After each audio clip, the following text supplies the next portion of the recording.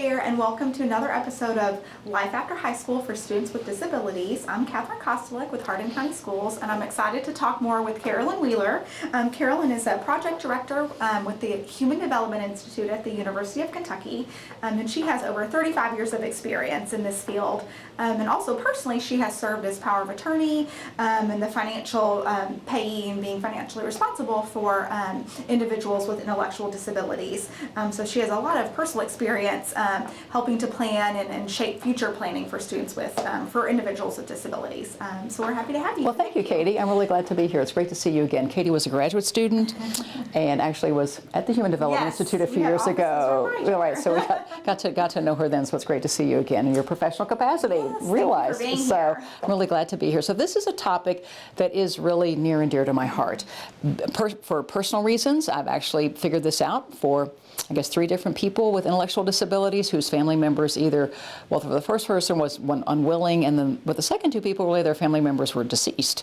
But to figure out what a good life would look like for them, and then to figure out what are the things that I need to put in place in terms of the financial part, and then also just other people that need to be involved in case something had happened to me. And then I've just also, over those number of years, have had the really awesome privilege of just knowing lots of extraordinary parents and family members and siblings.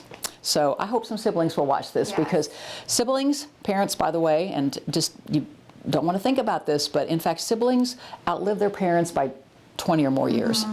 And so really helping your sibling, your other children, to understand what their role will be at some point, perhaps in their sibling's life, is just really important conversation to have at some point in time. So I'm just really excited that you're listening to this recording, and I hope the information that we will provide will be helpful to you. So I think where I'd like to start really, Katie, is to share information about an organization that I would encourage you to join. So I'm going to first show you the Center for Future Planning, which is part of the ARC of the U.S.'s website. Now, the ARC of the U.S. is a national organization that was founded by parents in 1950. Okay, wow. So right now, a long time ago. And it was really founded by parents who, there just were no other resource. There wasn't anything. There was nothing. If you think there's nothing today, there was nothing at all other than these really horrific, dehumanizing institutions. And so they banded together on a national level and then also formed state chapters. So I'm going to first show you the resource from the ARC of the U.S. and then show you the state chapter and encourage people to join the ARC of Kentucky, because it's really a way then to get connected to other families, to other people, and then just also to what's going on in the universe. So the first website I'd like you to go to, again, in thinking about this planning, again, it's called the Center for Future Planning. You can see the URL up here, but it's futureplanning.arc.org. And so it talks about what the ARC is, but this is really a website that can guide you about what is it you need to think about. So again, what is future planning? And so it's really trying, again, to help people to lead a good life as independently as possible. And so a plan is important throughout all stages of a person's life, but especially in the future after the parent or caregiver is no longer able to provide support. And so you can click on each of these links and learn more about what you need to be thinking about. And then you can actually go to this website to build your own future plan.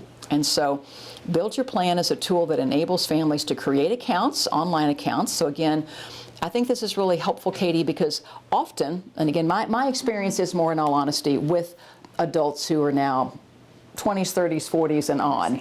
And their adult siblings may not live in the same state, but still want to play a role, and most likely will play a role once mom and dad are no longer able to provide that care or that support. And so doing something online just in this day and age just makes a lot of sense. Now again, if that's not, and so for those of you watching this recording, I'm assuming the computer's not new to you, you're pretty comfortable with it, and so again, it's a way, and it also gives you a document that you can change. So I think it's a really great place to start. And then you can also see some stories of how other people have planned, and then it talks about urgent help, although I'm going to tell you where you would call here in Kentucky if that's really an issue or factor for you. So I would really encourage you to go to this website, spend some time on it, do it at a time when, you might have an hour and you could really spend some time drilling down and see what all is there. And then I'm going to encourage you to then click on this website and go to the ARC of Kentucky's website. So the ARC of Kentucky is Kentucky's state chapter. And the ARC of Kentucky was actually formed in 1955. So again, it's probably the oldest organization, again, for families and now self-advocates who really want to promote independence, opportunities, and continue to advocate for good lives for people with intellectual and developmental disabilities. And so you can join right here online.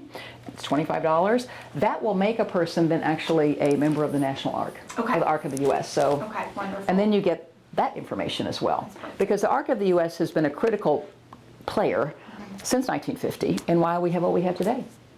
I mean, whether it's school, I mean, they were part of advocating, excuse me, for Public Law 94-142, which we now know as IDEA. And so they play a major role. They have an office in Washington and really educate lawmakers. And then the Arc of Kentucky has played a major role here in our state. In fact, the waivers that we'll talk about briefly, we have because of a lawsuit that the Arc filed back in like about 1979. So they're really a critical advocacy, but also a great resource for families as well. And then there may be a local chapter depending on where you live. So just want to encourage you to do that. So after kind of drilling down on that website, to me, Katie, the very first thing that families really need to think about is, and they really should be thinking about right off the get-go, but it's really what is the vision, what is your vision for a future? What is it that you want, what would a good life look like for your family member, regardless of his or her age? Because this kind of planning, really, none of us knows, right, when something might happen.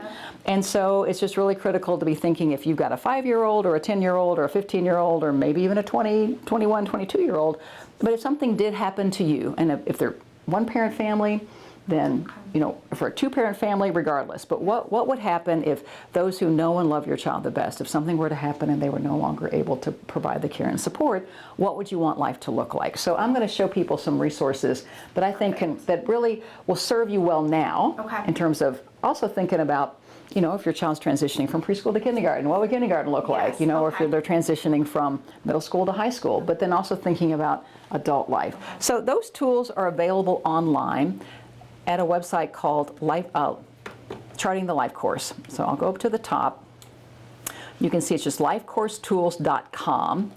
And then all of these are downloadable documents and they're free. So again, I'm trying to show you, again, it costs your time. It costs your time, but very accessible to look at. Exactly. So I've opened a couple of these and so want to show them to you.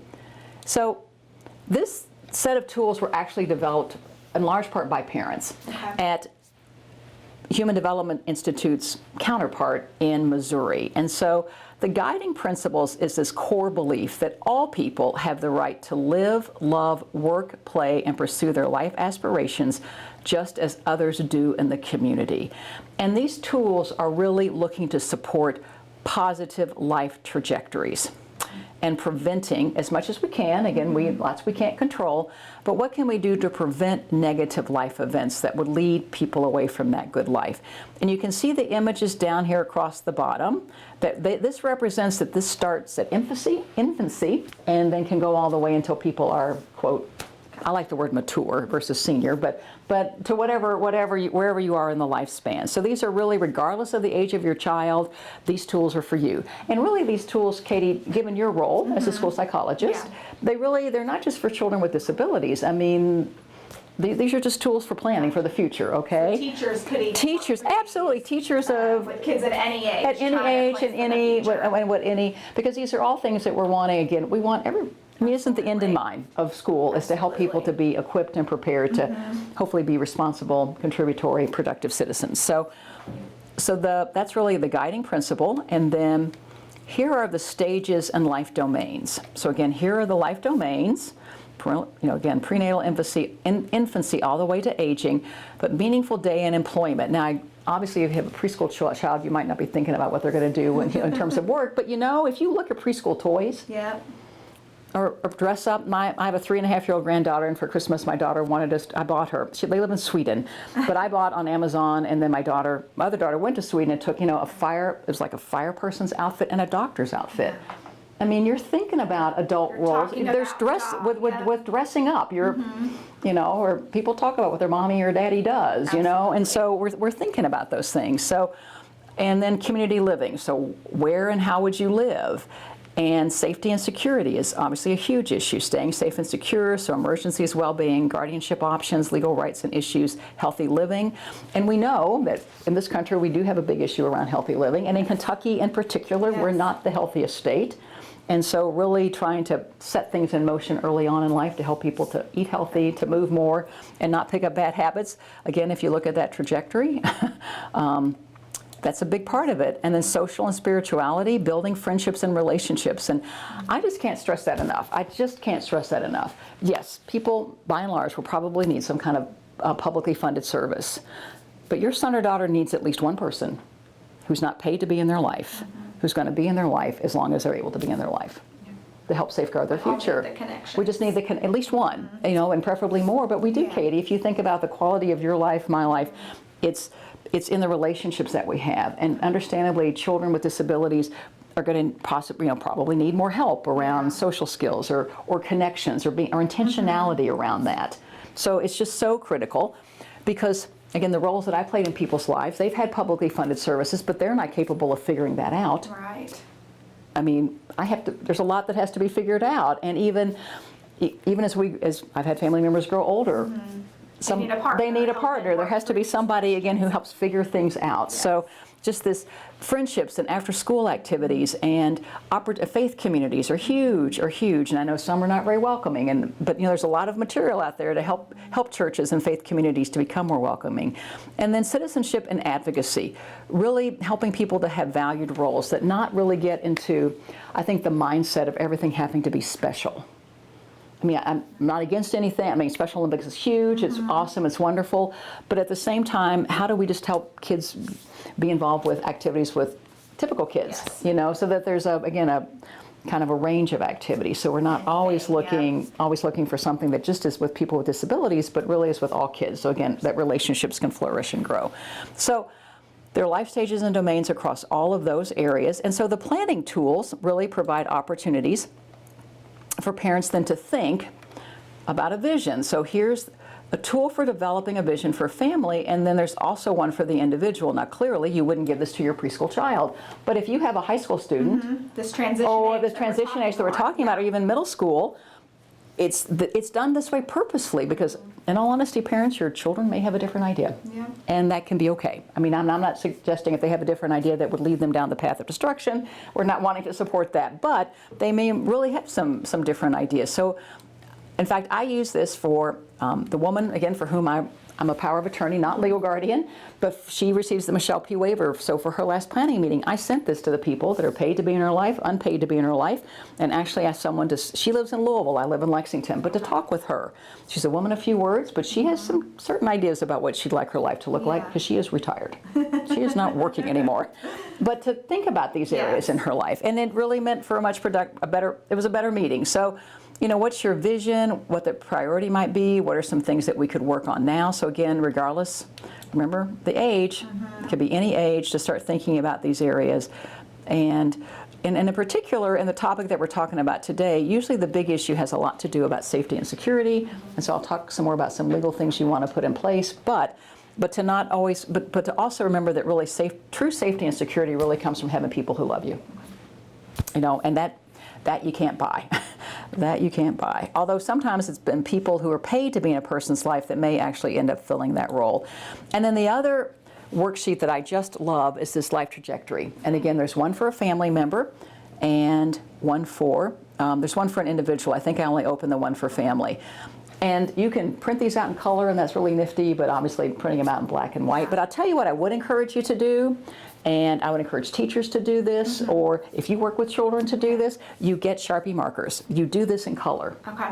You don't just use a black pen to write in, but use color, and use a different color for each area, and maybe draw pictures. Okay. Because that just will enliven the conversation.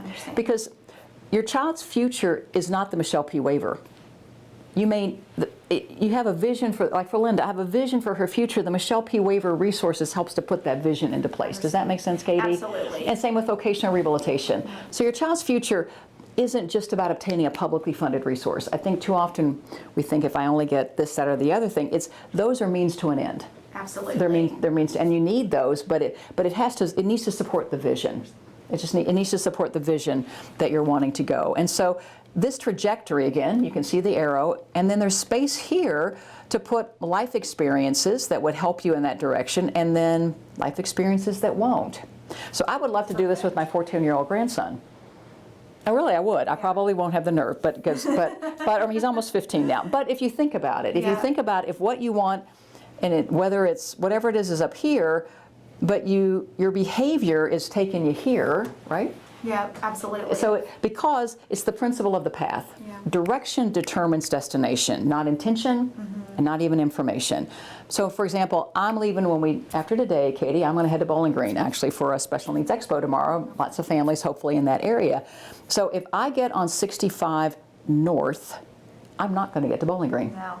Am I? No matter how well intended I am. I mean, I'm going to end up in Louisville, right? So similarly, it's what is our behavior? I'm sure you know a lot about that, but if you know the behavior really. So this to me visually though can help to capture that.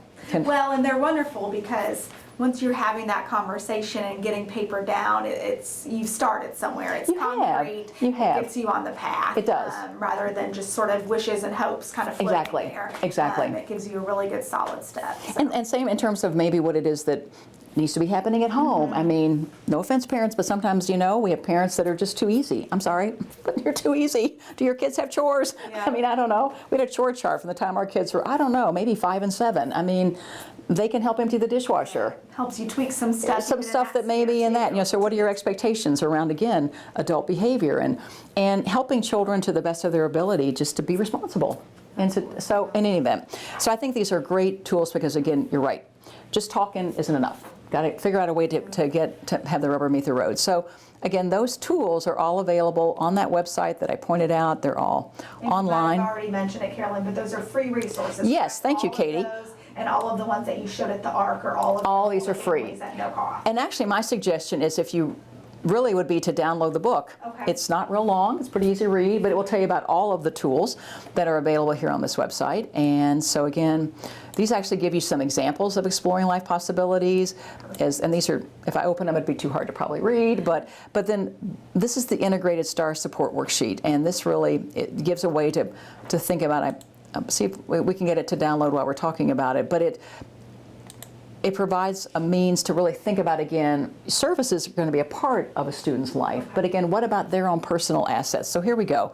So you've got a place to put maybe what the goal is, and this might have to do with employment. I mean, after school, if you're going to work or you're going to volunteer, what is it that you're going to be doing? So then you look at what are my personal strengths and assets that are really going to contribute to that? What are relationships that I have? Again, I got my very first job was because of my mother, and I got other jobs because of family members or people that I know. So who are relationships that could be connected, that could be supportive, that might be a mentor, that might help me learn how to do something I need to learn to do? And then how does technology help? Now I know for a fact that you and I both have a smartphone. I haven't seen yours, but I know you have one.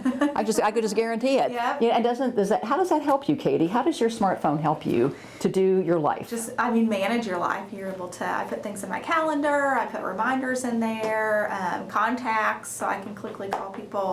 I mean, my life is in my phone, which is how it is for a lot of people. Exactly. It's a great tool. And it's probably impossible for you to think about the day when you didn't have one. A lot of your parents can probably, the parents of the parents can probably, like me. But now to have one, you're lost. You're lost. So that technology is very helpful. So there are any numbers of ways in which technology can provide reminders. Linda's not literate. I'll just say that. She's not literate, but she has a phone, and she actually has a hearing loss. So looked online, of course, probably from my phone, and found a phone.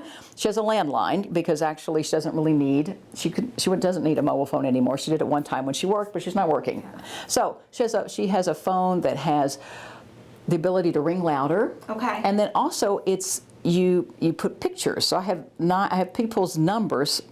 And then their picture, like I have put in the number, and then I put their picture on top of it. So she pushes my picture, it dials my number. I probably didn't explain that very well, but she pushes my picture, it dials my number. She pushes the picture of Bonnie, her friend in Louisville, it dials Bonnie's number.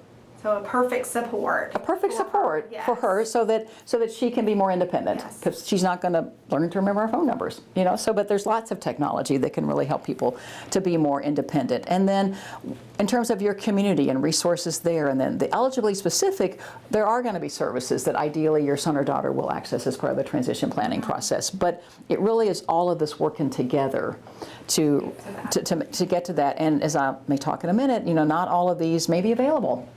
So it's really thinking about what can we do with, you know, with the resources that we have.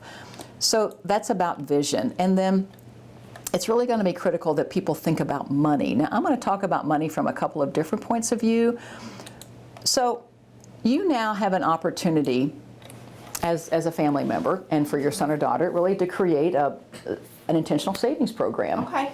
So just as many families may save for college, you know, for their children when they leave school, you can save for your child with a disability and not jeopardize their eligibility for what I just call means-tested government programs, Okay. particularly something called Supplemental Security Income and Medicaid. Okay.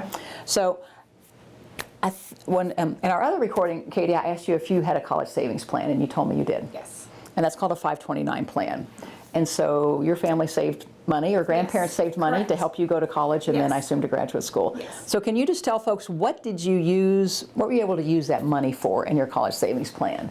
A lot of different things. I used it for tuition a little bit. I used it to buy some books. For a while, I used it to help supplement like income so I could pay rent for my apartment. So I used it for a lot of different things. Really, it was a pretty broad Category, but it was Yes. related to your education. Yes, absolutely. I wasn't like going shopping. with that Right. You money. weren't. That's right. You weren't.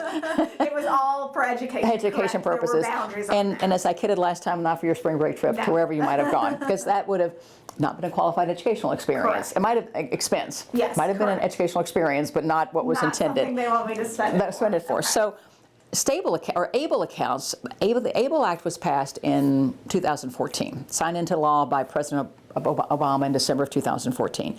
And I think families worked well over 10 years trying to create a savings vehicle for their children with disabilities where the funds, again, would be disregarded or excluded for purposes of eligibility for, again, supplemental security income or SSI and Medicaid. Okay.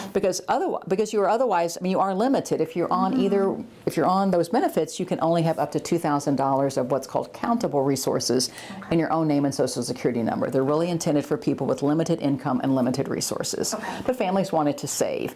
So ABLE, Achieving a Better Life Experience Act was passed. And then states started opening programs in probably about 2016 because the IRS had to tell you how you could do this, because this is a 529A plan. Okay. Okay, so you had a 529 college savings plan. This is a 529A plan.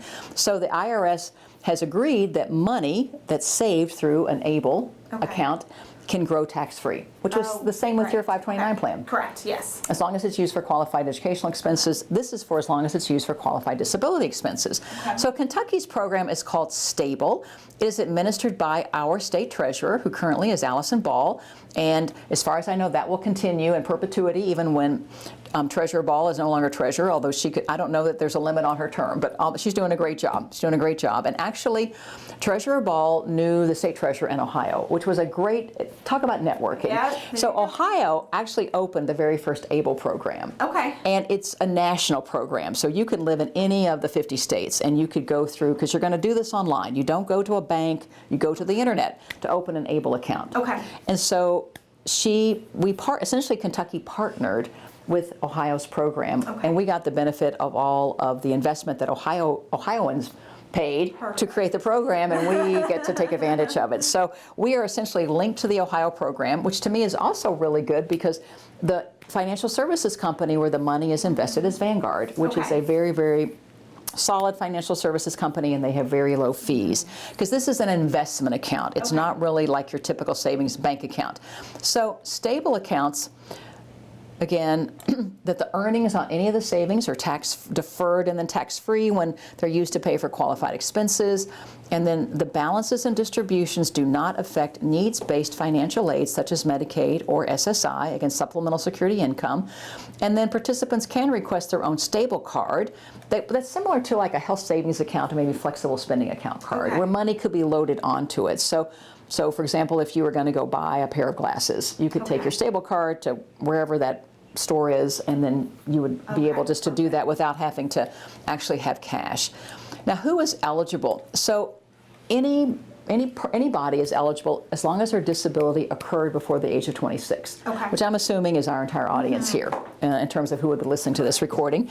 Your son or daughter does not have to be receiving Social Security disability benefits to qualify, but you do have to be able to provide documentation when you set up an account that you can substantiate that child's disability occurred before the age of 26. You would want to spend some time on this part of the website. So let me just first point out that you could contribute, you could open an account for your child, and then you, other family members, the child, him or herself, especially if they have a job, but can then contribute up to $15,000 a year. And that could increase. That's based on what's called the gift tax exclusion. So doubt that it would go down. It could conceivably increase, but that's a lot of money. I think we both agree. Unlike your college savings plan, where I think you could actually put like $100,000 into it, you can't do that with a stable account. So you can, the most you could put into, have one account, is to contribute $15,000 a year, but it only takes $50 to open. That's great. Which I think is great. I think that for many people that's a manageable amount of money. And then you've got 5 choices. So you would want to click here. I'm not going to, but you would want to click there and you want to look at those investment choices. And you're not having to pick specific mutual funds. You're going to decide, do I want growth or moderate growth or conservative or I want just a risk-free, no growth, no risk. And if you're going to put $50 into it, that's where I'd put it until it had grown to be a certain amount, and then I'd try. Again, you have this opportunity for your money to grow and not have to pay taxes on the gain. So that's a really great opportunity. And then to understand that then the money in the stable account needs to be used for qualified expenses, which would include basic living expenses, housing, transportation. And I'm thinking car, not a bicycle, but obviously that shows a modified bike. So you could use money from a stable account for some kind of a modified bicycle or carrier, or that could help a child to be transported. But for a young adult, I think about car. And then education, assistive technology. We just talked about that, but a smartphone could easily be because again, the ways in which it helps to keep people safe and healthy, as well as be able to participate more fully in society, employment training, personal support services, legal fees. So, for example, in my opinion, this could lead you to save money to then set up an estate plan, which I'm going to talk about next. Okay? Because there's no fee to open a stable account, but there would be a fee to work with an attorney to have the will and things that you need to have in place, health and wellness, and then financial management. Now, one important thing to understand is that you would be responsible for maintaining receipts. So, for example, I have opened a stable account for my friend Linda, for whom I'm managing her money, and she does receive Medicaid because she's on the Michelle P. waiver. So she's under that $2,000 resource limit.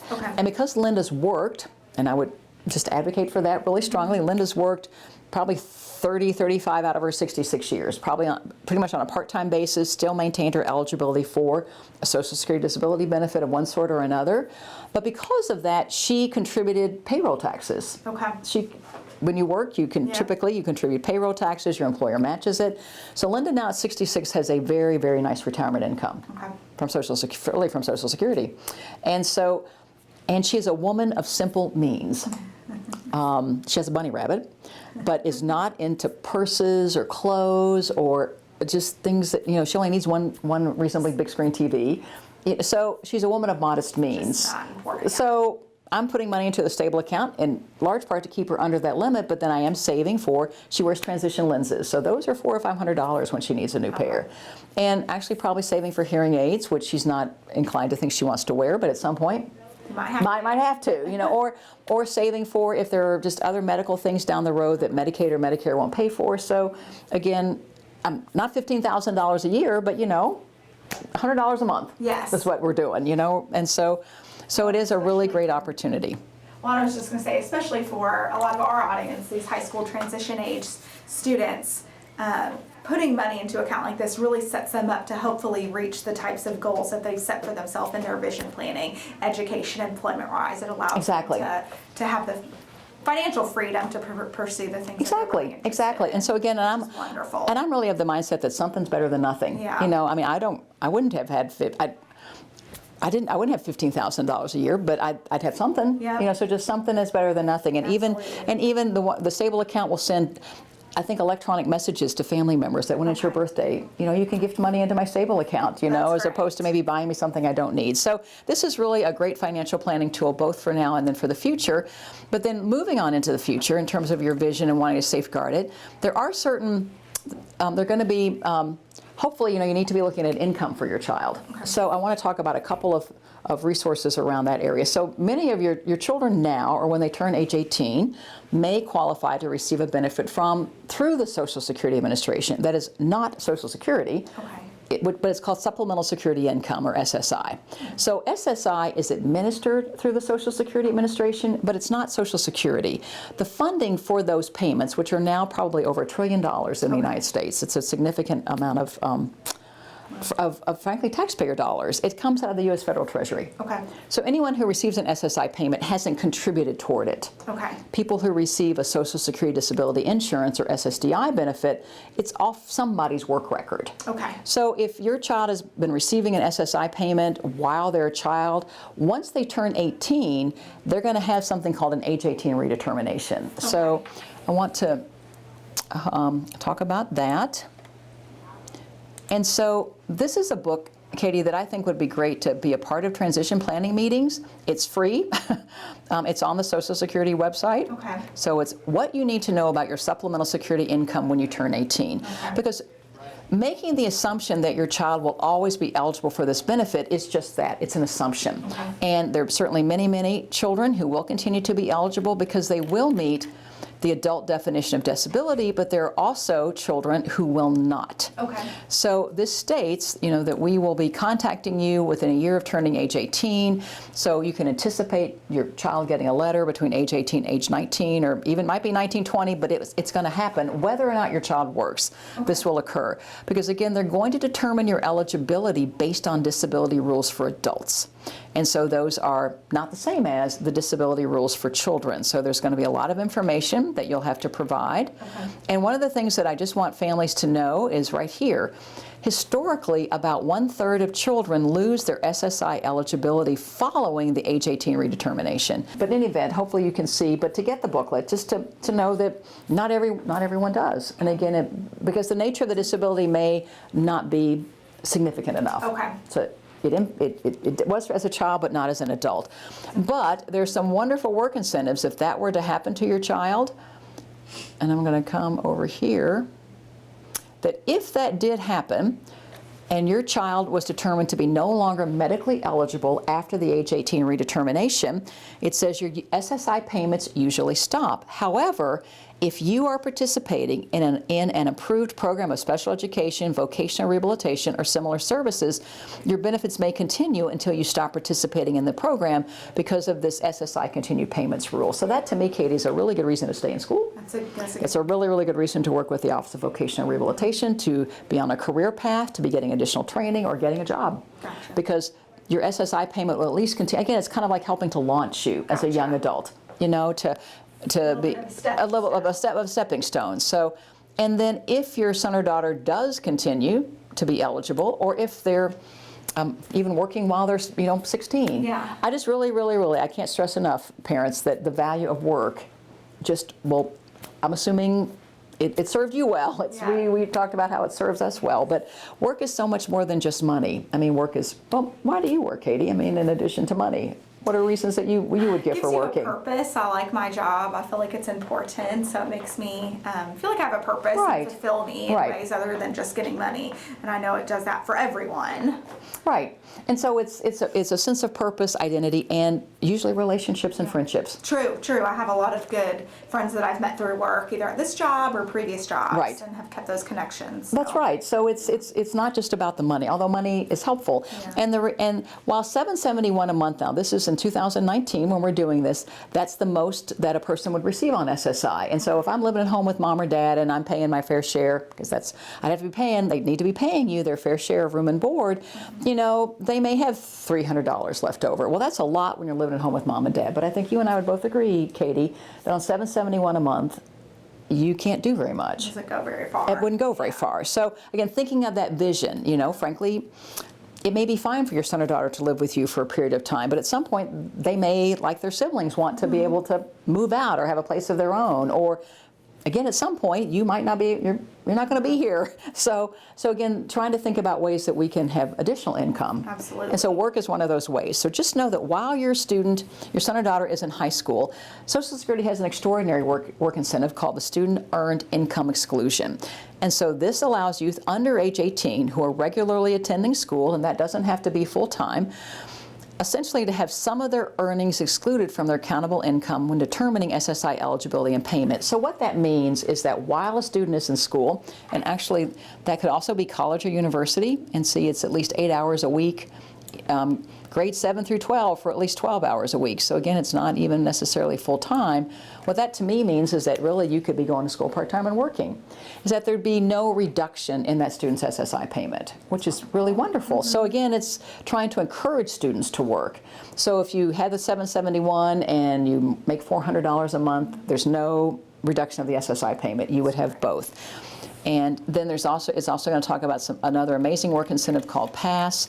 So this is just a really, really important book to me, Katie, for families to read in this post-secondary transition. Again, to clarify what some of their, what may be their misunderstanding about SSI, one, that it may or may not continue, and if it does continue, that really there's a huge work incentive to encourage their son or daughter to go to work. And then I want to talk about what would happen after your son or daughter is no longer in school, because then yes, there would be an impact to their SSI payment. And so Social Security, and I don't know how well you can see this, but all I want you to be able to see is that essentially Social Security has a formula. And so when people work and are on SSI, their SSI payment is not reduced dollar for dollar. Okay. I'll just leave it at that. Okay. There's a formula. So this sheet, and this is something that I've sent to Katie and is available, you know, that you could get a copy of, and we update this every year on our website. So if your son or daughter never goes to work, again, they would have $771 a month. But let's say they go to work and they earn $320 a month. Well, then their bank account would have $973.50. Now, yes, their SSI payment's going to be reduced, but actually you have to decide, do you want more SSI payment or do you want more money in the bank? Because the way the formula works is that actually the lower the SSI payment is because of work, the higher your bank account is.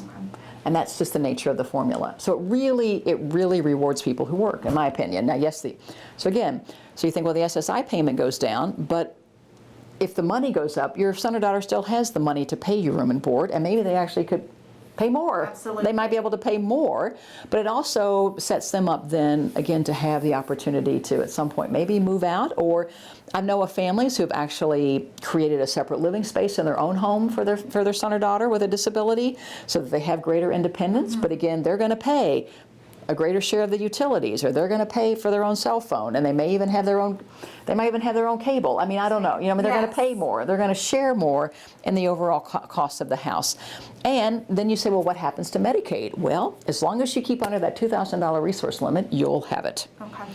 And actually, believe it or not, Social Security has another huge work incentive, that allows people to earn up to over $30,000 a year in Kentucky and still maintain their Medicaid eligibility. Wow. Okay. So your SSI payment could go to zero. Okay. So again, hanging on to the SSI to me is detrimental. I mean, if in fact your family member can work, and I believe the majority of people can work at some level. I mean, there may be a few instances where the impact of disability is so significant that that's really not realistic, but I don't think that's the majority of students. Yes. It's not the majority of students. And in fact, the opposite is usually there's been low expectations and lack of opportunity. Absolutely. So in any event, I just want you all to get accurate information about, again, what happens to benefits when people go to work, and you can do that. This organization called the Center for Accessible Living, now again, I'm going to just go to the next page because that 800 number is pretty big. I think you can see that. So the Center for Accessible Living is an organization. They are based in Louisville, But they provide a free service to families, to students, to anybody receiving a Social Security disability benefit to understand, so what happens to my benefits when I go to work? Okay. So if you forget everything I've told you today, which I hope you won't, but at least you may remember that people can go to work, still maintain probably a cash payment unless they're earning well over $1,600. Yeah. They're going to maintain still some SSI cash payment, but you can still maintain Medicaid. But that 800 number, you can contact them and they'll tell you what I've told you, Okay. essentially. But you could, again, have somebody to go to for ongoing questions. Actually, I had a phone call on the way here today from a friend whose sister has been, I guess, receiving a benefit off her own work record for 20 or 25 years and is thinking about going back, actually has a job offer. And actually, like 25 hours a week at $12 an hour, which is not bad if you haven't worked for a long time. Yeah. In any event, but I, again, wanted to find out where she lived and got them connected with this agency for them. So, excuse me. So just know those are resources. So your son or daughter having an income would really, really be helpful in this. You're saving money through a stable account. And then wanting to let you know about the kinds of estate planning that you may need to, well, let me talk first about CommuniCare, and then I'll come back to other estate planning. So in terms of publicly funded services, CommuniCare is your community mental health center for this area, and so really if you've not made contact with their developmental and intellectual disabilities office, I would encourage you to do so. Those folks could be helpful to you in terms of helping you to get on waiting list for the Michelle P. waiver, or the supports for community living, because all of those waivers now, you get on the waiting list online. Okay. And CommuniCare should be able to help families to do that. And then also, we do have a directory.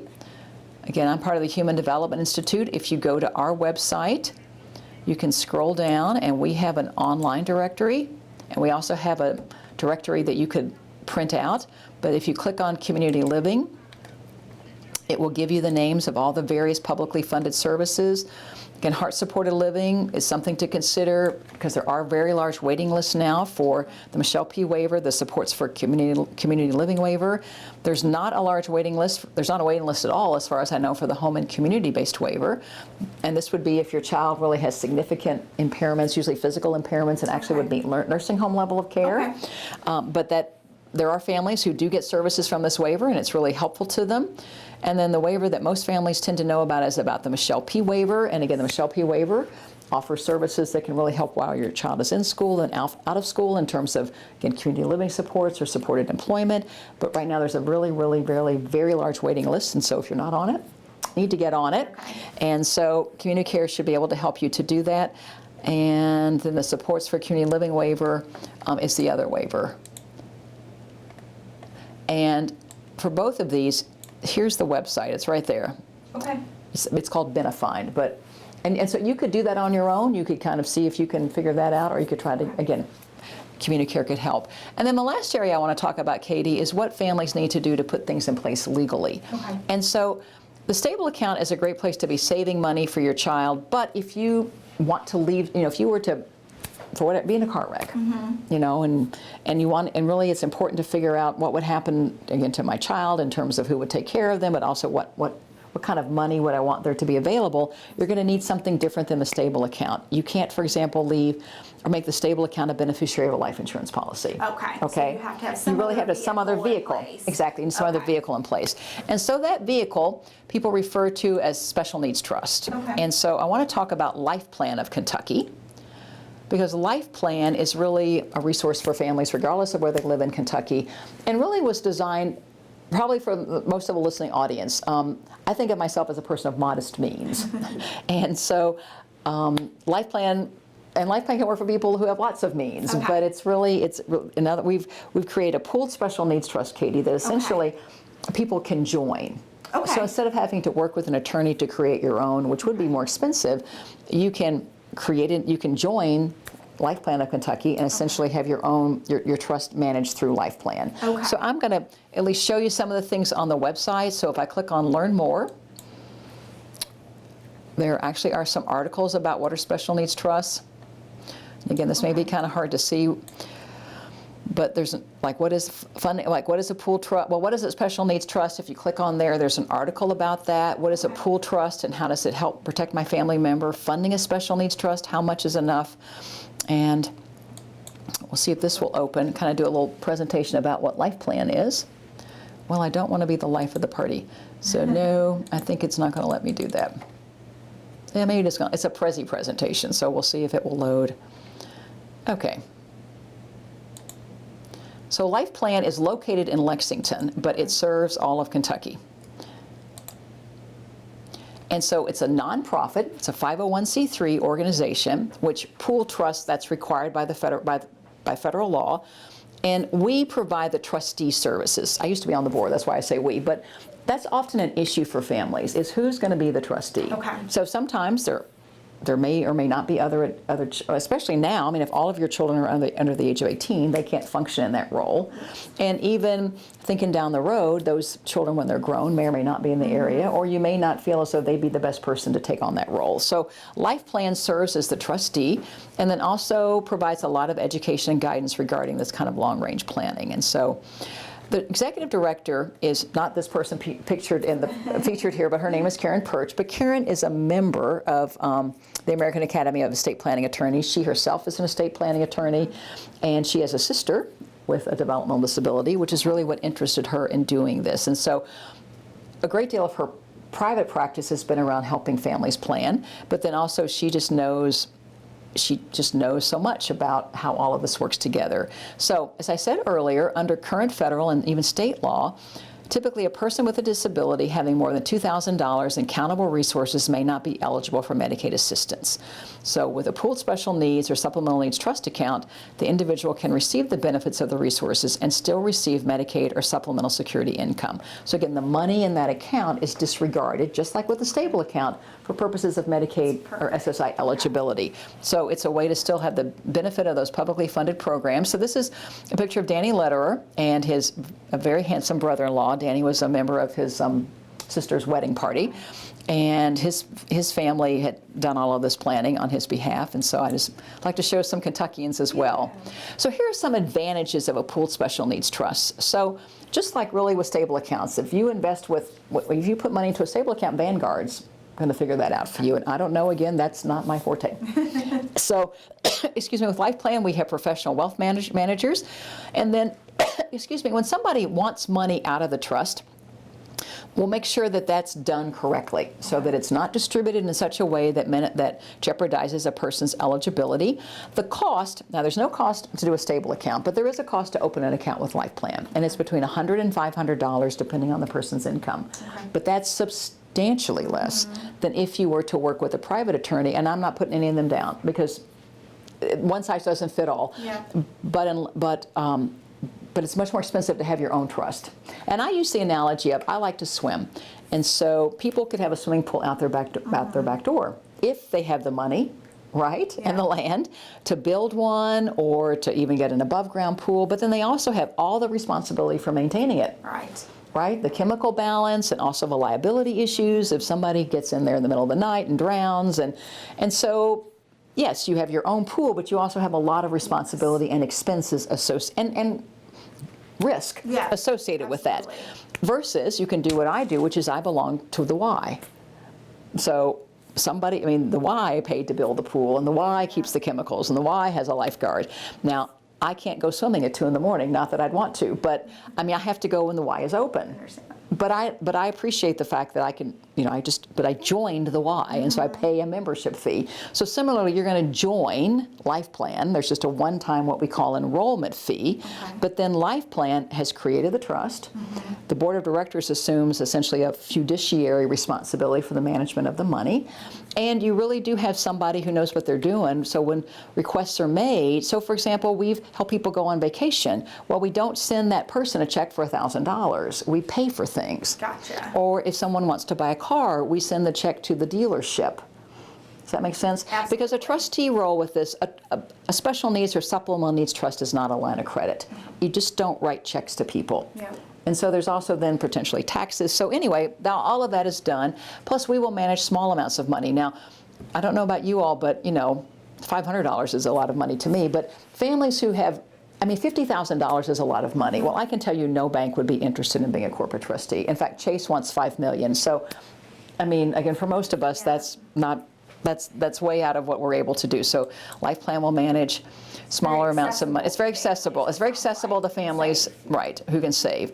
And so it's governed by a volunteer board of directors that includes, actually, I think we have 3 or 4 parents. I think we have 4 parents right now, but all of whom also have professional identities as well. Okay. Financial advisors, human service professionals. We have an estate planning attorney on our board, as well as, and it's staffed by Karen, who's an estate planning attorney, and a full-time trust operations coordinator. And actually, we now have 2 more part-time people because it's grown. So this is me in the middle. This is my friend Linda and Jennifer, who's was one of her community living supports persons. But again, just to point out the, I guess I just wanted to point out that the value of relationships and figuring things out really makes a lot of sense. So again, it works by people essentially join the trust. There is a one-time enrollment fee. Now, the funds are held by partner financial institutions, and then there is a management fee that is charged monthly on whatever is in that account. Okay. That's how Life Plan generates revenue to support itself. Okay, so it's really self-funded. But correct me if I'm wrong, that would be similar to any other type of financial investment. Exactly. That's how they. Standard. That's industry standard. Thank you, Katie. Very good. It is industry standard, and actually our fees are really quite reasonable, and we do things for you. I mean, there's a lot of work there. That's why we now have more staff. There's a lot of work, really, when the distribution requests come in to vet them. To vet them to make sure that they're in the best interest of the person. Sure. And then also we have lots of clients, frankly, who have, I would just say they're extra grace required. I mean, they're just folks who have very high needs. Okay.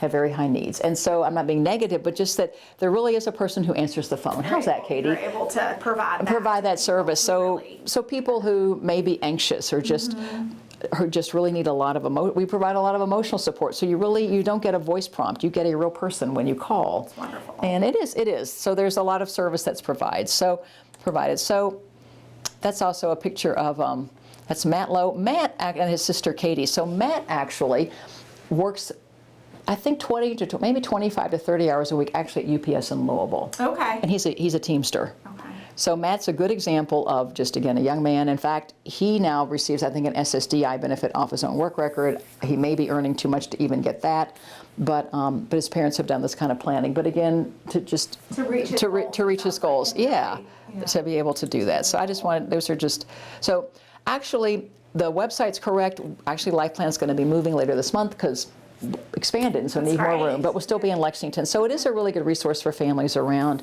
this whole area of financial planning. There may be attorneys in this area that can help with this issue. People still need to have a will and powers of attorney. Okay. And so I think just the last thing I want to talk about, Katie, is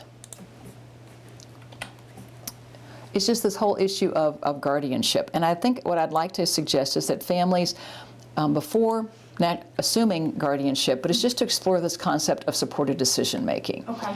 And so again, at age 18, I'll just go over to here to show that. I mean, at age 18, your son or daughter, regardless of impact of disability, and frankly, your son or daughter who doesn't have a disability at age 18 are legally an adult. Now, I don't know about you, Katie, but at age 18, did you always make wise decisions? I don't, you might have. You might have. But I think we can all agree, when we were 18, we didn't always make wise decisions. You're learning and growing. Yes, you're a young adult. And you're going to test the waters. And so, but my parents didn't rush down to the court and petition the court for guardianship. Now, granted, I didn't have a cognitive impairment, although I did make bad decisions. Yeah. So, understandably, schools need a mechanism to show that you can legally act on behalf of your son or daughter. So, guardianship was one route to pursue, but also you could have a durable power. You could be their durable power of attorney, and you could have powers that relate to educational decisions. And so, just know that that's something to explore, because again, guardianship often what happens is it makes people very passive. Okay. It can make people really passive and overly reliant and dependent. And so I was Linda's limited guardian when that order expired. I just actually worked with Karen Perch, and I now have about a 5-page power of attorney. So I have financial powers, I have medical powers. I actually called her physician's office yesterday. She needed prescriptions refilled, and they have that power of attorney on, it's in the, probably the medical record system to show that I can act on her behalf. And said she needs these 2 prescriptions. Can you send that up to somebody to get that done? So I have found that I can do everything I did for Linda before as her guardian, as her power of attorney, and I don't have to complete the reports. Okay. Which isn't to say I don't want to be accountable, but the financial reporting that the court requires is very onerous. I don't know any other word for it. Guardians are expected to really be able to report on, frankly, every penny that the person spends. And I don't know about you, but would you want? Can you save all your Kroger receipts? No. I mean, it really means then having to figure out how to scan receipts and save receipts, and there are ways to safeguard money, and also to realize that. Even when I was her guardian, I live in Lexington, she lives in Louisville, you're not attached to the hip to your child. And so part of it, I think, is helping figure out how do we help any young adult to try to make good decisions. Right. Okay. Or to have the supports they need so that they're not placed in situations where they can be taken advantage of. And so, so I think it's some combination. So I certainly know there are students who do need guardians, but I don't think everybody does. Okay. How's that? That is wonderful. Does that make sense? And I think that people don't necessarily realize, and parents and families, the other options that are out there in lieu of full guardianship. And so we do have a project at HDI, and I don't know if you can see Laura's email, but Laura Smith is glad to help. We actually have data that we've collected from people who are served through the waivers, and I think this is really compelling, Katie, that people who do not have guardians are more likely to be employed, more likely to have friends, less likely to report being lonely, and less likely to take psychotropic medication. Pretty Because powerful. it is powerful, because again, there's got to be an effort to try to help people make decisions, and even if the person has a guardian, to include that person to try to make them to help them to be more self-empowered, and again, to be able to advocate for themselves. Okay. So again, my recommendation is that you explore the power of attorney. Okay. And then if you need to do guardianship, but it's real hard to go the other way. Okay. It's harder to get rights restored. Understand. And either way, I just really encourage you to help your young adult vote. That'd be my last advocacy. That I doubt that any of us know exactly everybody we're voting for when we go into the voting booth, you know? I mean, but we know the major ones. Yeah. And so if your son or daughter is turning 18, and even if they have a guardian, they can vote. But to really look at that opportunity as part of being a citizen and having an active role and a voice in this great country that we live in. So, do you have any other questions, or do you think I've covered the universe? I think you covered it all. It sounds like, and correct me if I'm wrong, really the first place for families to start if they haven't really thought about the vision and the life that they would want for their student is to start there and vision plan together. I think so. I really do. And kind of dig in and figure out what nuts and bolts do we need to put into place with these wonderful Exactly, resources to make that vision happen. exactly, Katie. You said it exactly right. And then your legal mechanisms are really to safeguard that vision that you have for your child. So I appreciate the opportunity. Thank you so much for coming. You're welcome. That was very interesting and very needed for parents. Okay. So, Well, all the best. thank you again for watching.